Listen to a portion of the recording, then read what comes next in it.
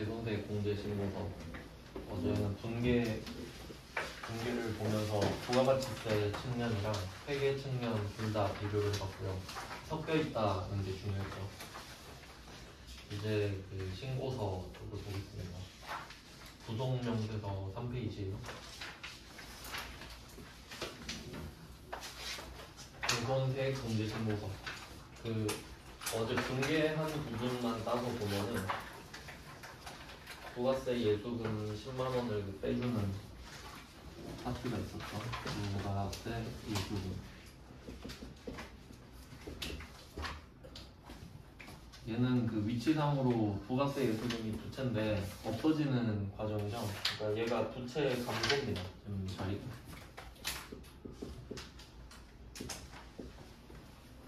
낼 돈을 덜 내도 된다라는 뜻이고, 그리고 이 자리에 부가세 대급금이 들어가도 됐죠. 어제 전산세무 1급 문제 보면서 확인을 했었어요. 부가세 대급금이 들어오면 얘는 자산 증가인데 어차피 효과는 같다고 말씀을 드렸습니다. 그래서 원칙은 부가세 예수금인데 대급금으로 해도 상관없기 때문에 그렇게 하라고 하면 그렇게 하면 된다 정도였고요. 둘 다 전산세무 1급에서 나왔었죠. 그리고 그 해당하는 매출채권을 같이 없애줬습니다. 매출채권이 아닐 수도 있는데 주로 매출채권으로 나오니까요. 이런 식으로 회계 처리를 했죠. 뭐 A 이런 식으로 해서. 그래서 이 부분이 대손세액 공제를 받고 회계 처리를 한 거예요. 그러니까 실제적으로 생각을 해보면 내가 뭐 세무서 가서 이 신고서를 내야 되는 거예요. 지금 이제 배울 거죠. 대손세액 공제 신고서를 이 내용을 적어서 내는 거예요. 그래서 해주겠다고 하면 이 회계 처리가 되었겠죠. 실제로 가서 승낙을 받고 그 뒤에 회계 처리를 하는 거잖아요. 그런 내용이 들어있다는 거죠. 그래서 이 회계 처리를 하기 위해서 내야 될 서류를 배운다는 거죠. 대손세액 공제 신고서. 그러면 이걸 제출을 하면 이런 식으로 10만 원을 덜 낼 수 있게끔 뭐 배려를 해준다는 건데 어찌 보면 당연한 건데, 그러면 그래도 국세청 입장에서는 그 세무서 입장에서는 돈을 못 걷게 되는 거잖아요. 10만 원을 뭐 덜 받는 거니까 10만 원 돌려주는 거랑 같다 그랬죠. 안 좋을 거 아니에요, 기분이. 그래서 확인을 하겠죠. 다 해주는 게 아니라 너 진짜 돈 못 받게 된 거 맞냐고 정확하게 검증을 하겠죠. 그래서 그 사유가 있거든요. 이제 그걸 외워야 되는 거예요. 뭐 내용은 이런 거였고, 대손세액 공제 신고서로 가보겠습니다.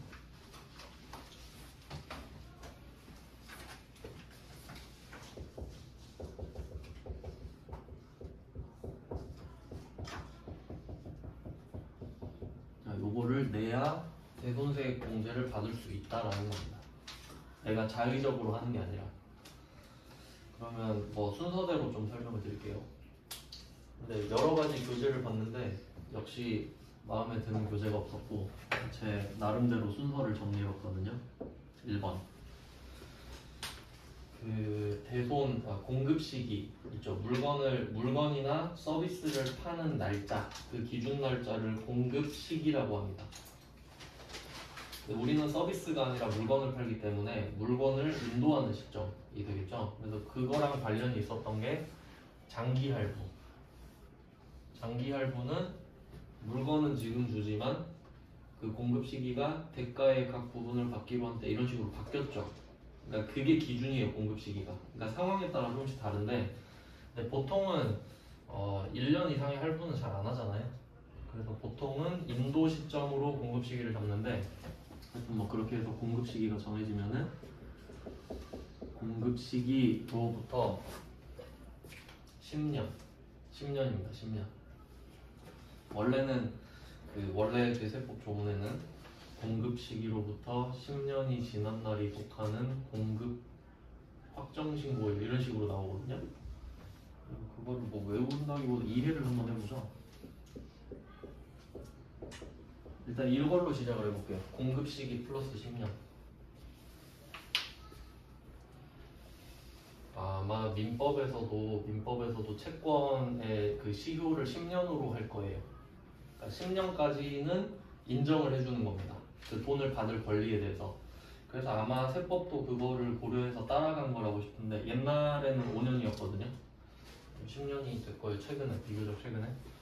그러니까 10년까지는 봐주겠다. 그러니까 이게 무슨 말이냐면 만약에 우리가 20년 전에 물건을 팔았어요. 20년 전에. 엄청 옛날이죠.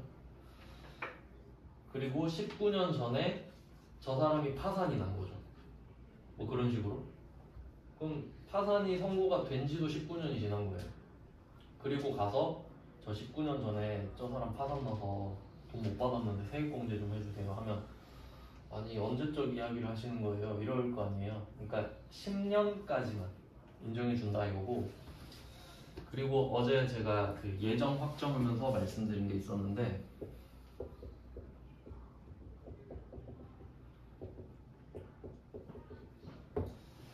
자, 법인은 예정 때 신고 한 번 하고 확정 때 신고 또 해야 됩니다. 그러니까 1년에 총 4번을 해야겠죠? 근데 국세청, 세무서 입장에서는 예정 때 돈 돌려주는 걸 겁나 싫어합니다. 왜냐하면 확정이 안 됐는데 왜 자꾸 달라 그러냐 이거지. 확정 때 이야기하자 이거예요. 그러면 만약에 내가 지금 1월 10일이죠? 1월 10일에 상대방이 파산이 나서 내가 돈을 못 받게 된 거예요. 그러면 예정 신고 때 해당이 되잖아요. 1월 10일이면 1, 2, 3이니까 예정 때. 그럼 내가 이거를 예정 신고할 때 이거 신고서 낼 수 있겠죠?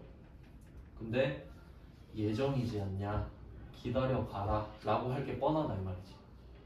10만원 빼주세요. 아 예정 때 왜 자꾸 그러냐고. 확정 때 이야기죠. 확정 때 이 말을 할 거란 말이죠. 그러니까 이 대손세액 공제 신고서도 결국 돈을 덜 내려고, 그러니까 돌려받는 개념이죠. 원래는 그게 덜 받는 개념이 된 거잖아요. 그런 개념이기 때문에 예정 때는 아예 내질 말라 그래. 아 어차피 내가 안 돌려줄 건데 예정 때 내서 뭐하게, 그냥 확정 때 한 번만 내지. 그래서 1월 10일에 돈을 못 받게 된 이야기도 일기 확정 때 내야 돼요. 이유는 확정이니까. 이해되셨죠? 그러면 이제 확정 신고 기한 이걸 볼게요. 확정 신고 기한 되게 중요한 말인데, 그러면 확정 신고는 2번밖에 없죠. 1기 확정, 2기 확정 이렇게 2번밖에 없는데, 그럼 신고 기한은 마지막 날을 말하죠. 유통기한처럼. 그러면 이때 1기 확정에 대한 그 기간은 1월부터 6월이죠. 1기가 6개월이니까. 그럼 그거에 대해서 신고를 언제 하냐라고 하면 다음 달 25일까지죠. 7월 1일부터 7월 25일이 신고 납부 기간입니다.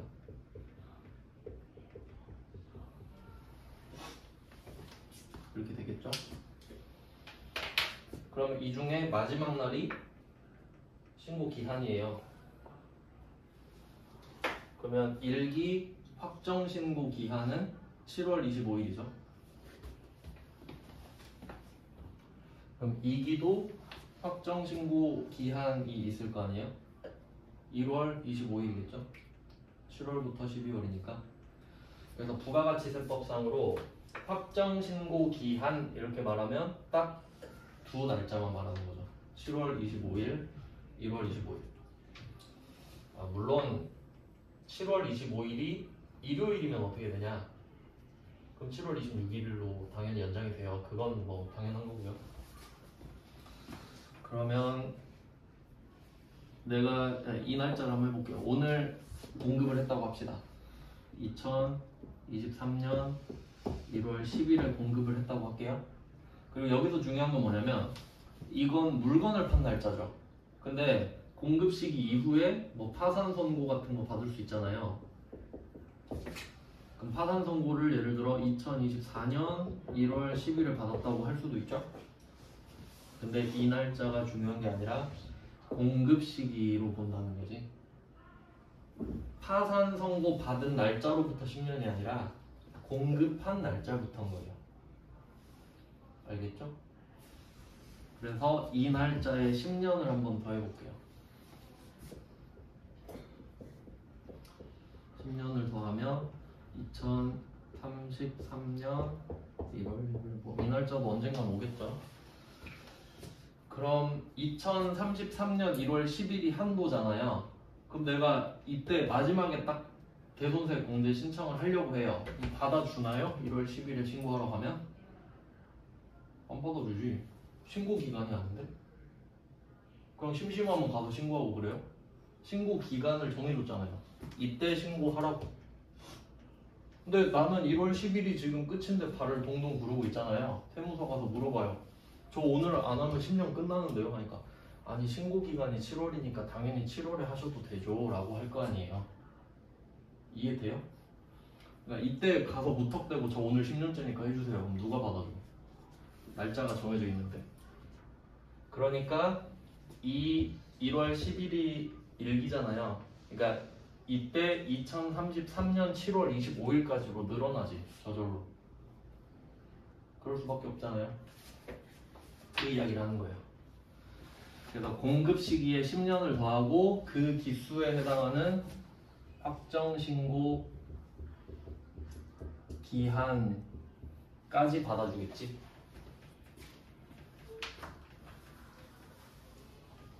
근데 요거를 외우려고 하면 조금 힘드니까 이유를 말씀을 드린 거예요. 아시겠죠? 이유. 그러니까 이게 첫 번째예요. 그러니까 내가 대손세 공제 신고서를 내려가요. 그러면 내가 일단 자가 검증을 해야 될 거 아니에요. 빠꾸를 먹으면 낼 필요가 없으니까 딱 보고 내가 물건을 판 날짜로부터 10년이 안 지났는지부터 확인해야지. 10년이 지났다 그러면 안 내야죠. 어차피 빠꾸 먹을 건데. 그래서 첫 번째로 적었어요. 공급 시기로부터 10년이 안 지났는지. 근데 거의 안 지났겠죠. 누가 10년을 기다렸다고 하겠어요? 형식적으로 정해놓은 겁니다. 그리고 옛날에는 5년이라고 제가 말씀드렸는데 그 문제를 풀다가 옛날 문제들은 공급 시기로부터 5년이 안 지났다 이 말을 할 거 아니에요? 그럼 당연히 5년이 안 지났으면 10년도 안 지난 거죠. 그냥 그렇구나 하고 푸시면 됩니다. 자, 첫 번째 포인트는 날짜가 안 지났는지. 두 번째, 뭐 어떤 책을 보시든 간에 이렇게 나와 있진 않거든요. 근데 이 순서로 보는 게 맞단 말이에요. 10년이 지났으면 갈 필요가 없으니까. 안 지났다 그러면 그 다음에 봐야 되는 게 저당권 설정 여부예요.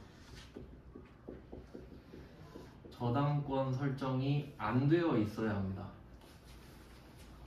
이게 조금 어려울 수 있는데 일단 외우셔도 되는데 이해를 한번 해보겠습니다.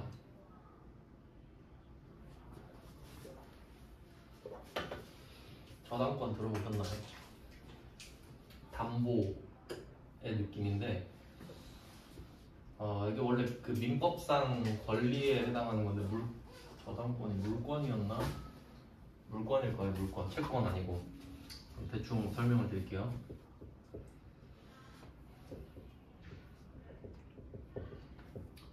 A 회사랑 B 은행이 있다고 합시다. A 회사가 은행한테 돈을 빌리고 싶어요. 돈을 빌려달라고 했어요. 은행이 돈을 빌려줄 건데 여러분이 은행이 한번 돼봐요. 그러니까 은행도 장사잖아요. 돈놀이. 은행도 경기가 안 좋으면 돈을 못 받고 그럴 수 있죠. 대손 처리할 수 있단 말이에요. 그러니까 보통 은행이 돈을 빌려줄 때 하는 게 뭐냐면 재무제표를 봐요. 그러니까 제일 확실한 게 뭐냐면 재무상태표랑 손익계산서 두 개 있잖아요. 그 중에 더 안전한 게 뭔지 생각해봐요. 재무상태표예요. 재무상태표는 팩트잖아요. 이미 있는 걸 말해주잖아. 그러니까 제일 확실한 게 뭐냐면 담보대출이에요. 너 집 있네? 너 2억짜리 집 있네? 그럼 그거 담보 잡고 1억 빌려줄게 라고 하면 은행은 절대 손해볼 수가 없어요. 왜냐면 얘가 1억 안 갚으면 이 2억짜리 아파트를 경매로 내놔버리면 되잖아요. 그리고 1억 5천에 팔아도 팔리겠죠? 2억짜리니까. 그럼 1억은 나 갖고 5천은 너 주고. 이게 담보대출이에요. 그때 필요한 게 저당권. 저당 잡았다 그러잖아요. 그런 거예요. 그러니까 담보대출을 제일 좋아해 은행은. 절대 손해 안 보니까. 근데 담보가 없을 수도 있잖아요. 모든 사람이 다 담보가 있진 않잖아요. 그럼 두 번째로 물어보는 게 손익계산서지. 너 연봉 얼마야? 이걸 물어보지. 근데 재무상태표보단 조금 위험하죠. 왜냐면 내가 백수여도 2억짜리 집이 있는 게 낫지. 근데 나는 아파트가 없고 뭐 전문직이라 연봉이 한 1억 돼요. 그럼 조금 불안하긴 하잖아요. 못 벌 수도 있으니까. 그 다음이 신용대출인 건데 여긴 담보대출 이야기를 하는 거예요. 그러면 은행 입장에서는 이 A 회사가 뭐 부동산을 하나 갖고 있어요. 2억짜리. 그럼 이거 저당 잡자고 하는 거예요. 그러면 저당권을 이 회사가 설정해줘요.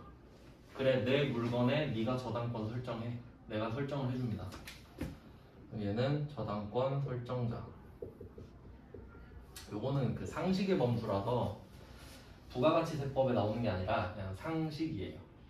그냥 알고 계시면 요새 집 문제 많잖아요. 그럼 B은행은 저당권자가 되는 거지. 권리가 있잖아요, 이 사람은. 그러니까 저당권은 이 사람이 돈을 안 갚으면은 경매에다가 내놓을 수 있는 건데 원래 경매로 물건을 내놓으려면 법원의 허락을 받아야 돼요. 그럴 거 아니에요. 개나 소나 내놔버리면 안 되잖아. 남의 집인데. 근데 저당권을 설정해 놓잖아요. 그럼 법원의 허락이 필요 없어요. 그냥 내놓으면 돼요. 그걸 허락해 주는 권리야. 그러니까 이 사람은 되게 쫄리겠죠. 저당권 설정해 주면서. 그리고 한 가지 지위가 더 있어요. 이 사람은 채무자입니다. 돈을 빌렸죠? 채권자. 이런 식으로 좀 지위가 입체적으로 가는 거예요. 그러니까 채권자가 저당권자가 되겠지, 당연히. 일반적으로는요. 그러면 이게 돈 1억을 빌려주면서 2억짜리 아파트에 저당을 잡는 거지. 이게 담보가 되는 거예요. 물적 담보. 그러니까 담보가 두 가지 있는데 보통 물적 담보를 아시잖아요. 인적 담보라는 것도 있거든요. 사람이 담보가 되는 거. 그게 보증이에요. 보증 서지 말라는 말 들어봤죠? 그럼 내가 평생 갚아줘야 되는 거야. 남의 빚을. 왜냐면 내가 담보니까. 그럼 진짜 완전 개 박살나죠. 하여튼 뭐 그런 내용이에요. 그러니까 얘가 담보지 지금. 이런 내용입니다. 그러면 이거를 바꿔볼게요. 지금 은행의 지위에 우리가 쏙 들어가는 거예요. 바꿔볼게요. 둘 다 회사인데 그러니까 이 사람이 매출을 한 거고요. 이 사람이 매입을 했다고 합시다. 상황을 바꾼 거예요. 근데 얘가 돈을 안 갚기로 유명한 애예요. A 회사가. 그럼 B 회사가 물건을 팔면서 팔기 싫겠죠. 야, 너 돈 안 갚는다고 되게 유명하더라. 지금도 안 갚은 데 되게 많지. 근데 내가 너한테 외상을 어떻게 해줘? 이렇게 되는 거지. 그러니까 이때는 지금 외상을 줄까 말까 고민하는 거예요. 그럼 우리가 은행한테 보고 배운 게 있잖아요. 내가 은행한테 돈 빌릴 때 은행이 내 건물에 담보를 잡는 걸 나도 봤거든. 그래서 야, 너 돈 안 갚을 것 같으니까 너 그 부동산 있지? 거기에다가 저당권 좀 잡자. 이러는 거지. 등기를 쳐야 돼요. 그러니까 둘이 손잡고 법원 가서 등기소 가가지고 같이 하는 거예요. 그러니까 너 돈 안 갚으면 네 물건 팔게 해주는 거지. 오케이? 허락해 주는 거지 그게. 이렇게 된 겁니다. 그러면 이렇게 된 상태로 얘가 돈을 안 갚았다고 합시다. 대손이 난 거죠.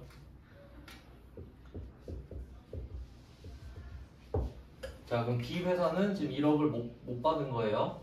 근데 이 1억을 못 받나요? 받죠? 그럼 내가 세무서 가서 이 얘기를 해요. 제가 B 회사인데 1억한테 외상을 줬다가 못 받았거든요. 근데 저당권을 제가 설정했지 뭐예요? 저당권자거든요. 그럼 세무서가 뭐라고 했어요? 아, 그럼 저당권 실행하고 경매해가지고 돈 받으시면 되겠네. 그럼 돈 다 받으시면 되잖아요. 가세요 라고 하겠지. 지금 돈을 못 받은 사람만 세무서 가서 부가세 돌려달라고 하는 거 아니에요? 근데 저당권 설정했다고 가서 뭐 자랑하는 거예요 뭐예요? 아무 의미가 없잖아요. 아, 그럼 돈 받으시겠네. 그럼 나중에 받으세요 하고 가시고 일단. 그럼 이건 돈 못 받은 거 아니죠? 그러니까 저당권을 설정했으면 돈을 받을 수 있다는 소리잖아요. 맞죠? 그러니까 저당권을 설정했다 그러면 가라 그런다고. 근데 내가 저당권자가 아니에요 하면 아이고 그럼 돈을 못 받으시겠네 이러겠지. 이해되시죠? 그래서 저당권 설정 안 돼 있어야 된다. 내가 세액공제를 받으려면요. 그러니까 이걸 잘 생각해봐요. 내가 지금 돈을 못 받는 게 대손이죠. 대손이 돼야 대손세액을 공제받는다고. 110만 원을 못 받아야 10만 원을 돌려받는다고. 근데 내가 저당권을 설정하면 110만 원을 받잖아요. 어떻게든. 근데 세무서가 10만 원을 나한테 왜 주냐고. 그래서 이렇게 된 겁니다. 그래서 부동산에다 거는 걸 저당권이라고 그러고요. 아니면 그럴 수도 있잖아요. 얘가 돈은 안 갚는데 차는 막 롤스로이스 타고 다녀요. 야 그거도 차 좋더라. 그 비싼 거니까 거기다가 걸자. 근데 차 타고 도망갈 수도 있잖아요. 동산 그런 걸 동산이라고 그러죠. 안 움직이는 거 부동산이고. 그러면 동산은 질권이라고 있어요. 질권. 인질할 때. 사람을 붙잡으면 인질이고 물건을 붙잡으면 물질이죠. 질권이라고 있는데 비슷한 개념이 그런 게 있습니다. 그럴 수도 있겠죠. 그러니까 질권이나 저당권 정도. 그래서 안 돼 있어야 된다고요. 자 그럼 이것까지 넘어온 거예요. 그러니까 잘 보세요. 내가 지금 돈을 못 받았는데 10년이 지났다. 그럼 아예 안 되겠네 하고 안 가야 돼요. 두 번째, 10년이 안 지났는데 내가 저당권자예요. 저당권자. 그러면 갈 필요 없지. 그러니까 이것까지 다 뚫어야 돼요. 10년이 안 지났고 저당권자도 아니어야 돼. 그러면 이제 세 번째로 넘어오는 거예요. 순서 아시겠죠? 근데 교재 보면은 그냥 섞어놨어요 다. 그래서 제가 정리를 따로 해서 알려드리는 거예요. 이게 이제 대돈 사유야. 대돈 사유. 그럼 이제 이야기 한번 들어보자 이런다고. 10년 안 지났고 저당권자도 아니라고? 그래 그럼 이야기 한번 들어보자. 내가 너한테 돈을 줘야 되나 안 줘야 되나? 이 얘기를 하자는 거지. 3단계까지 오는데도 오래 걸리죠? 자 그러면 중요 순위대로 알려드릴게요. 첫 번째가 부도 확인. 부도 확인.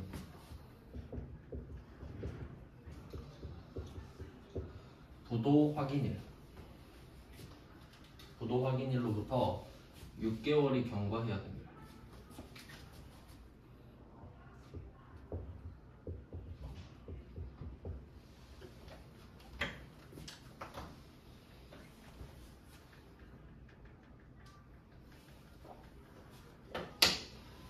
부도는 지급 거절입니다.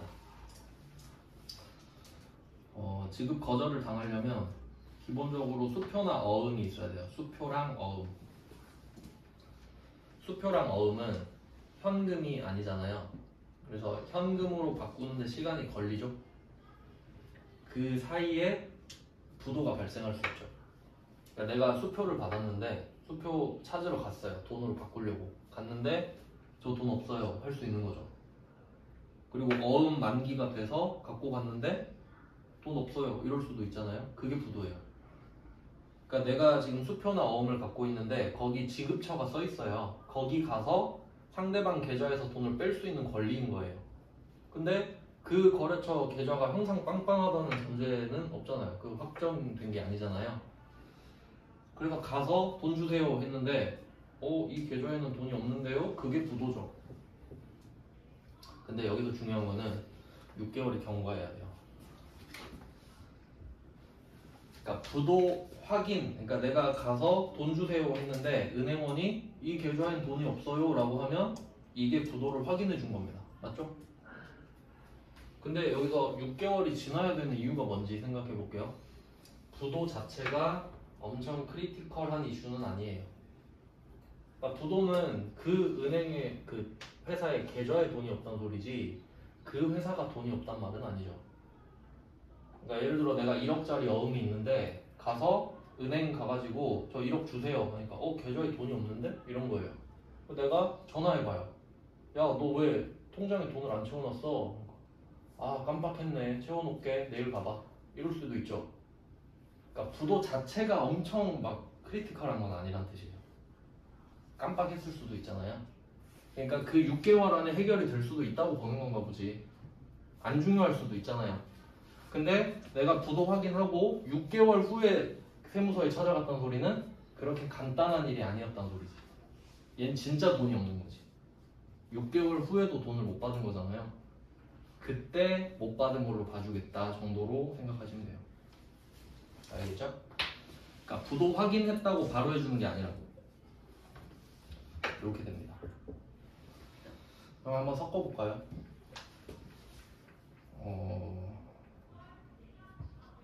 어음이 있는데 부도 확인한 지 6개월이 지났어. 근데 내가 저당권 설정해놨어. 나 저당권자야. 그럼 세액공제 못 받죠. 돈을 받으니까. 그런 식으로 섞어서 낼 수 있다. 이게 제일 중요하고요. 나머지는 쉬워요. 이거 1번만 조심하시면 되고 나머지는 다 쉽거든요. 두 번째가 소멸시효 완성. 요건 어제 말씀드렸죠? 소멸시효가 완성됐다는 소리는 소멸됐다는 소리예요. 그냥 취득시효가 완성됐다라고 하면 취득을 한 거라 했잖아요. 그러니까 소멸시효 완성되면 소멸한 거라고.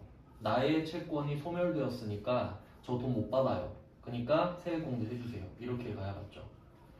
근데 얘는 법상으로 소멸시효 완성되면 그냥 없어진 거기 때문에 그 날짜로, 그러니까 6개월을 기다리거나 그럴 필요가 없지. 그때가 되면 끝이니까요. 그러니까 이런 건 쉽죠. 소멸시효 완성이란 말 나오면 그냥 되는 거니까. 1번보다 훨씬 쉽잖아요. 그 다음에 뭐 사망, 실종, 행방불명 뭐 이런 느낌.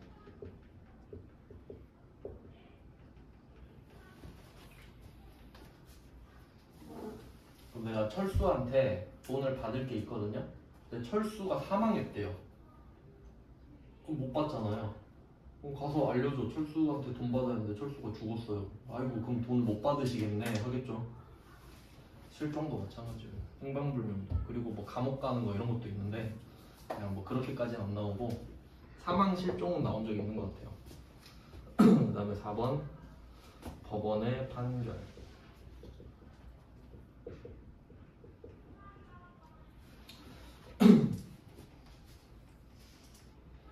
그럼 여기서 중요한 거는 법원이에요.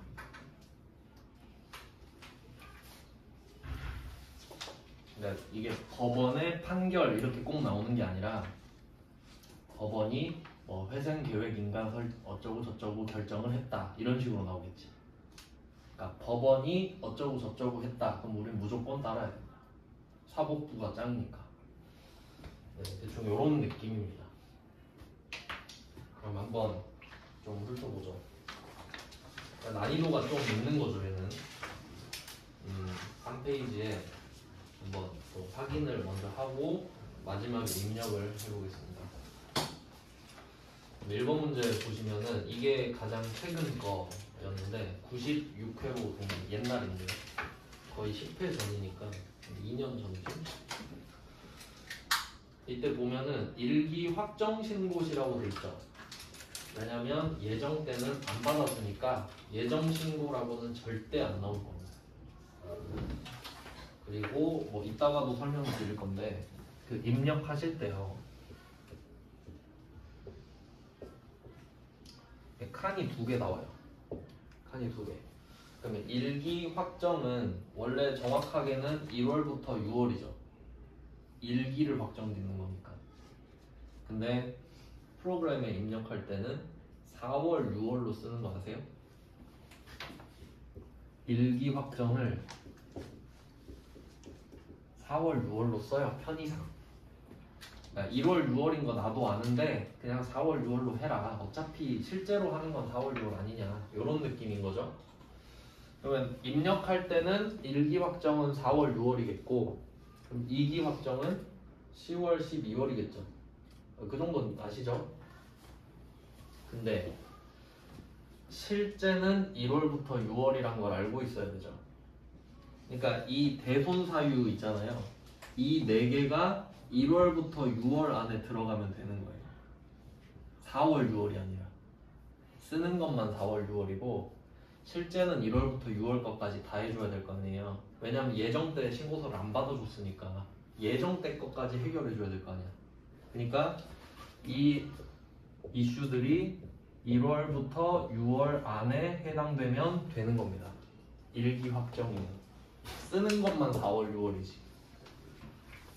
그러니까 4월, 6월 쓴다고 4월부터 6월 것만 해준다 그러면 예정 때 대손 사유 발생한 사람들은 얼마나 억울하겠어요. 말이 안 되잖아요. 형평성에 어긋나니까. 그런 내용입니다. 그러면 이것까지 생각을 하는 거죠. 1번 문제는 그 네모 칸에 4월, 6월이라고 써야겠다. 이걸 일단 떠올리고 하지만 실제 날짜는 1월, 6월로 봐야지까지 생각을 해야 돼요. 그리고 한번 보겠습니다. 21년이네요. 2년 좀 맞죠? 그럼 1번 2019년 7월 27일에 비품을 공급했죠. 그럼 10년 기준이 되는 게 19년 7월 27일이겠죠. 요게 기준일인 거예요. 그럼 첫 번째 10년 지났습니까? 안 지났죠. 그럼 1번 패스. 그리고 두 번째 저당권 설정돼 있나요? 안 돼 있죠. 그럼 2번 패스. 그럼 3번 넘어왔죠? 대손 사유 말해봐 하니까 실종이요. 실종. 그러면 세무서가 납득하겠죠. 아 그럼 돈 못 받으시겠네. 근데 그 날짜가 6월 1일이죠. 실종된 거 확인한 날짜가. 그럼 이게 1월부터 6월 안에 들어왔죠. 그럼 된다고. 일기 확정이니까 1월부터 6월 안에 들어왔잖아요. 그럼 해주겠다고. 지금 잘 신고하셨다. 네, 뭐 그런 내용이에요.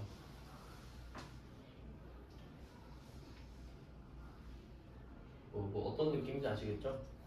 그러니까 얘는 바로 신고한 건데 그럼 혹시 이걸 2기 확정 때 하면 안 될까? 되겠죠? 지금도 되는데 뭐 10년 안 지나면 된다 그랬잖아요. 그러니까 그 정도로 좀 융통성 있게 생각을 할 줄 아셔야 된다는 거예요. 그러니까 지금 우리가 공부를 하는 게 아니라 진짜 이제 세금 이야기를 하고 있잖아요. 그러니까 상식적으로 생각을 해서 맞으면 맞는 거겠지. 그러니까 6월 1일에 실종이 돼서 지금 신고하면 딱 맞죠? 그러니까 지금 7월 1일부터 7월 25일일 거 아니에요. 근데 이거를 반년 늦었다고 안 해주면 말이 되나요? 그럼 10년이 왜 있어? 그럼 10년 왜 말했어? 이렇게 따지겠죠 우리가. 이해되시나요? 그러니까 이건 이해를 해야 되는 부분이에요. 지금 되니까 이제 이후로도 된다는 소리지. 그러면 얘는 동그라미 되니까. 그럼 나중에 대손세 공제 신고서에 적어서 내면 되는 거예요. 되는 거니까. 그러니까 내가 자가 검증을 하고 적어서 내는 거예요. 두 번째 갑니다. 2번 2018년 3월 15일에 판매했으니까 기준일이죠. 10년 안 지났고 저당권 설정 안 돼 있고 이야기를 들어보자 하니까 소멸시효가 완성됐대요. 그러니까 이 소멸시효가 완성됐다는 말은 무슨 땡땡 법이 있어요. 뭐 수표법, 어음법, 어쩌고 저쩌고 법. 근데 상관없어요. 소멸시효가 완성되면 끝인 거예요. 근데 그 소멸시효가 완성된 게 2021년 3월 15일이죠. 1월부터 6월 안에 들어오잖아요. 그럼 되는 거지. 오늘도 되고 2기 확정 때 해도 되겠죠. 뭐 그런 느낌이라는 거예요. 그러니까 꼭 그때만 되는 게 아니라고. 방금 10년이 의미가 없으니까. 그 이후라는 겁니다. 그 다음에 3번 2021년 1월 9일에 팔았어요. 10년 절대 안 지났고 저당권 이야기 없고요. 근데 이제 부도 떴죠. 부도. 자 그럼 부도가 언제 났는지 볼게요. 부도 6월 11일이죠. 은행원이 확인을 해줬겠죠. 그러니까 부도 처리됐다랑 부도 확인했다랑 같은 말이에요. 6개월 지났습니까? 안 지났죠. 6개월 지나려면 12월은 돼야겠네. 그럼 얘는 시간이 흘러서 6개월이 지났을 때 그때도 돈을 못 받았다면 2기 확정 때 해야 될 겁니다. 맞죠? 그러니까 3번은 일단 지금은 안 돼요. 6개월이 안 지났기 때문이지. 그래서 3번이 문제 내기 좋습니다. 왜냐면 6개월을 하나 껴넣으니까. 아직은 안 된다가 맞죠? 절대 안 된다가 아니라 될 수도 있고 안 될 수도 있어요. 그 다음은 4번. 3번은 일단은 안 됩니다, 지금. 4번은 2020년 7월 채무자의 파산 나왔죠. 이 파산이 법원의 판결인 거예요. 왜냐면 생각해보세요. 그냥 내가 심심하다고 나 돈 갚기 싫어서 아 나 파산 났어 이러면 누가 믿어요? 법원이 판결을 내려준 것 같고 파산이 됐다라고 하는 거죠. 판결문에. 그러면 이때 대손색 공제를 받았던이라고 하거든요. 그러니까 대손색 공제 신고서에 적어서 낸 적이 있었던 거죠. 왜냐면 파산은 사유가 맞으니까. 그러면 그때 세액공제를 받은 적이 있었는데 이 중에 2,310만 원을 수령하였다라고 되네요. 돈을 받았대요. 그럼 이거 말씀드렸죠. 세액공제를 받은 게 우리가 먹은 돈이 있다거든요. 그러면 그 당시에 저 7,700 못 받게 됐어요 라고 적어서 냈겠죠. 그럼 세무서가 알았어 700은 덜 받을게 라고 했겠네. 그럼 우리 700 먹었죠. 700을 안 냈으니까. 근데 얘가 2,310만 원을 갖고 온 거예요. 그럼 세무서가 보더니 야 너 700 먹은 거 기억나지? 그럼 110분의 10 내놔 라고 하겠죠. 그럼 이게 210만 원 이겠네. 2,100만 원에 210만 원이겠죠. 그럼 210만 원은 내야겠죠. 그게 맞지. 그러니까 얘는 내는 겁니다. 그래서 어떤 느낌이냐면 우리가 대손세 공제 신고서를 내는 게 못 받은 돈을 적는 거예요. 이거 좀 헷갈리는데 그러면 세무서가 물어보겠죠. 얼마를 못 받으셨나요? 라고 하면 우린 7,700만 원이라고 말하겠죠. 그러면 7천만 원, 700만 원 이렇게 돼 있죠. 여기서 포인트는 못 받은 돈이 플러스로 적혀 있다는 거죠. 왜냐면 질문 자체가 못 받은 돈이니까.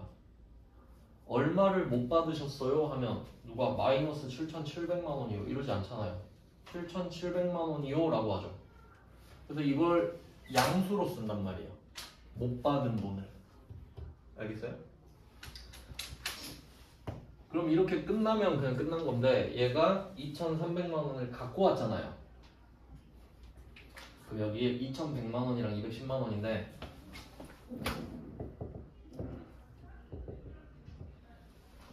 자 그럼 우리가 총 얼마를 못 받은 건지 생각해 볼게요. 이제 7천만 원이 아니죠. 7천만 원에서 2,100만 원을 뺀 만큼 못 받은 거지. 맞죠? 못 받은 돈을 적고 있으니까. 그래서 마이너스로 적습니다. 받은 돈은. 못 받은 돈을 플러스로 적고 있기 때문에. 그럼 2,100만 원은 이제 못 받은 돈이 아니잖아요. 그러니까 빼야지. 즉 우리가 못 받은 돈은 4,900만 원이죠. 맞죠? 그래서 마이너스로 적습니다. 받은 돈은 마이너스. 못 받은 돈을 플러스로 적기 때문에. 반대니까. 그러니까 이런 4번 같은 걸 하나씩 내는 거예요. 마이너스로 적는 거 알고 있냐? 그러니까 실무상으로 그렇게 해요. 결과적으로 4,900을 못 받은 게 됐으니까. 네, 1번 문제를 풀어본 거예요. 이거 다 봐야겠죠? 다른 문제도? 어차피 5개밖에 안 넣어놨네요. 2번도 한번 볼게요.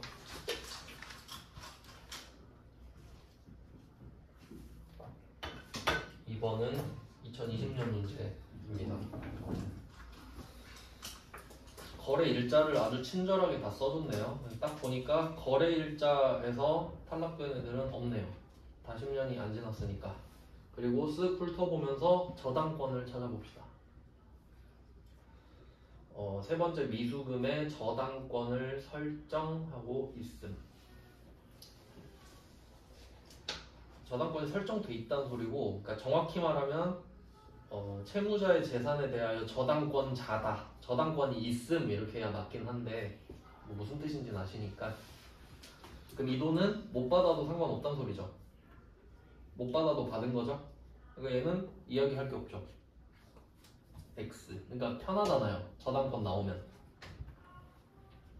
물론 법적 절차는 복잡하겠지만. 그 다음에 위로 올라갑니다. 받으러 온 부도 발생일이 19년 10월 31일이거든요. 그럼 여기에 6개월을 더해야 되죠. 그리고 그 세법에서는 날짜 세는 게 되게 중요하거든요. 하루 가지고 세금을 더 내냐 덜 내냐, 세금을 내냐 안 내냐가 결정되기 때문에. 그럼 이때 날짜 세는 법이 10월 31일에 부도 발생했죠. 그럼 여기서 중요한 거는 31일 있죠. 얘는 31일로 치는 게 아니라 말일로 쳐요. 왜냐하면 모든 달에 31일이 있는 게 아니죠. 30일 있는 날도 있고 28일 있는 날도 있고 29일 있는 날도 있죠. 그러니까 31일로 무턱대고 하는 게 아니라 31일 너 말일이네 이렇게 해서 급을 맞춰요. 그럼 6개월 더 해볼게요. 부도 확인한 거니까 이게 6개월 더 해야 되죠. 그러니까 부도 발생이랑 부도 확인은 같은 거예요. 발생이 됐으니까 은행원이 확인을 시켜준 거예요. 그러면 한 달, 두 달 더하면 12월, 4월 말일이 돼야 되죠. 근데 4월에 31일까지 있나요? 없어요. 4월 30일까지 있거든요. 그러면 6개월은 4월 30일이에요. 맞죠? 6개월 더하면. 근데 경과해야 되거든요. 지나야 된단 말이에요. 그러니까 계산하실 때 6개월 하루를 더하시면 돼요. 6개월 하루.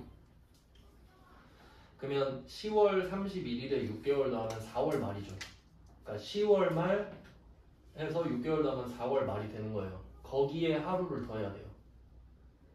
그러면 2020년 5월 1일이죠. 그때 해준다고 세무서가. 6개월이 지났네요 하고 6개월 하루가 됐을 때.